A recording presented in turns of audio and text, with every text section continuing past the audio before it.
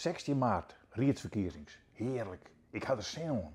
Want dan komt er namelijk een eind aan die zinloze opscore die terug op het heden rondom is. Die is er enkel maar vanwege die verkiezings.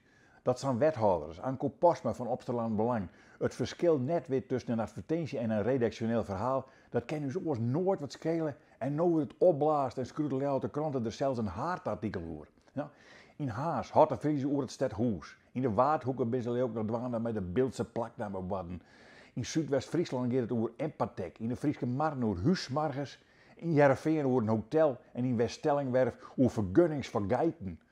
In Ljouwert ben al je dwarpen die niet binnen omdat ze op het gemeentehuis niet eens weten dat ze besteden. Als Karspelen vergadert stiekem, die hadden ze nog geen glasvezel of zo, maar dat hindert niet. Maar nu weet net in wat ze stemmen moeten. Het eerder Smellingelaan met verder zonder hillige tussenpaus Felix van Beek.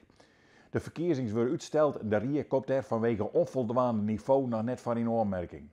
De eilanden door ik net mee te druk met de tarriering op het toerisme. En wat is Friesland weet net hoe ze met Dantumedeel aanmatten en Dantumedeel twijfelt. Nee, wat is Friesland of naar harikiri plegen. Het is zelfs al uw schuld. Ik neem je mee naar die Terkstradeel, naar Burgum, naar de sterrenwacht op Sarveum. Die staat al lang, vastplak. Burgum wil krijgen als alle dorpen in Friesland graag hoezen hebben.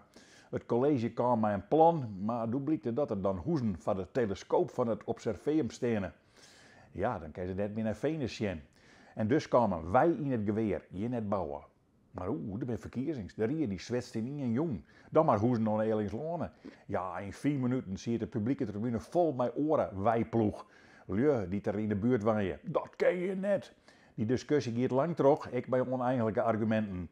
Liek als CDA Gert van der Meulen, die zei dat omdat de Lelylijn komt, het drokkerwurcel op de centrale os. En daar had die hoezen dan last van. Ja, zei jou wij de politiek geen enkele kans om eer nog besluiten te nemen. Nou ja, dan hoef ik net te stemmen.